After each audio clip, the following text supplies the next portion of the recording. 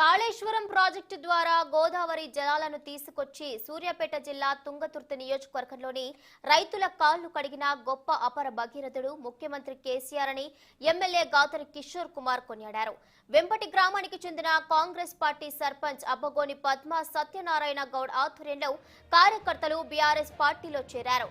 గులాబీ పార్టీలో చేరుతున్న సందర్భంగా గ్రామస్తులు ఎడ్ల బండిపై ఘన స్వాగతం పలికారు. ప్రజా సంక్షేమమే బీఆర్ఎస్ పార్టీ ధ్యేయమని గాదరి కిషోర్ కుమార్ అన్నారు. రాష్ట్రాన్ని అన్ని రంగాల్లో సీఎం కేసీఆర్ అభివృద్ధి చేస్తున్నారన్నారు ఆయన. ఇక అందులో భాగంగానే దేశ ప్రజలంతా సీఎం కేసీఆర్ వైపు చూస్తున్నారని వ్యాఖ్యానించారు. సీఎం కేసీఆర్ ను పార్టీని ప్రతి ఒక్కరూ ఆదరించాలని కోరారు గాదరి కిషోర్ కుమార్.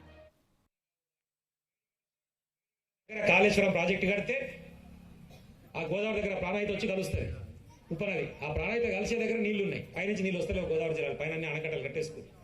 మరి ఏం చేద్దాం?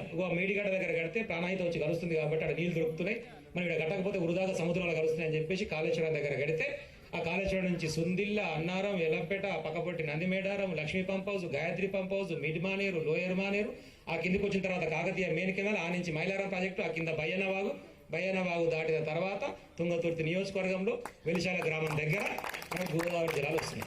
480 కిలోమీటర్లు దాటుకొని తుంగతుర్తిలో ఉన్నటువంటి మీ రైతుల కాళ్ళు కడిగేంటి కేసీఆర్ గోదావరి జలాలు. ఎవరితో సాధ్యమైందా? అడిగినామా? కొత్తగానే మాటలు చెప్పారు గోదావరి జలాలు కావాలని, కానీ ఏ ఒక్కనాడు కూడా జలాలు ఇవ్వలేదు. కానీ ఈరోజు గోదావరి జలాలు వచ్చినాయి, దాంతో పండించుకుంటున్నాం, పంటను కూడా ఐక్య సెంటర్లు అమ్ముకుంటున్నాం, మన అకౌంట్లలో డబ్బులు పడుతున్నాం. ఈ అభివృద్ధి అందరినీ కూడా గమనించుకోవాల్సింది.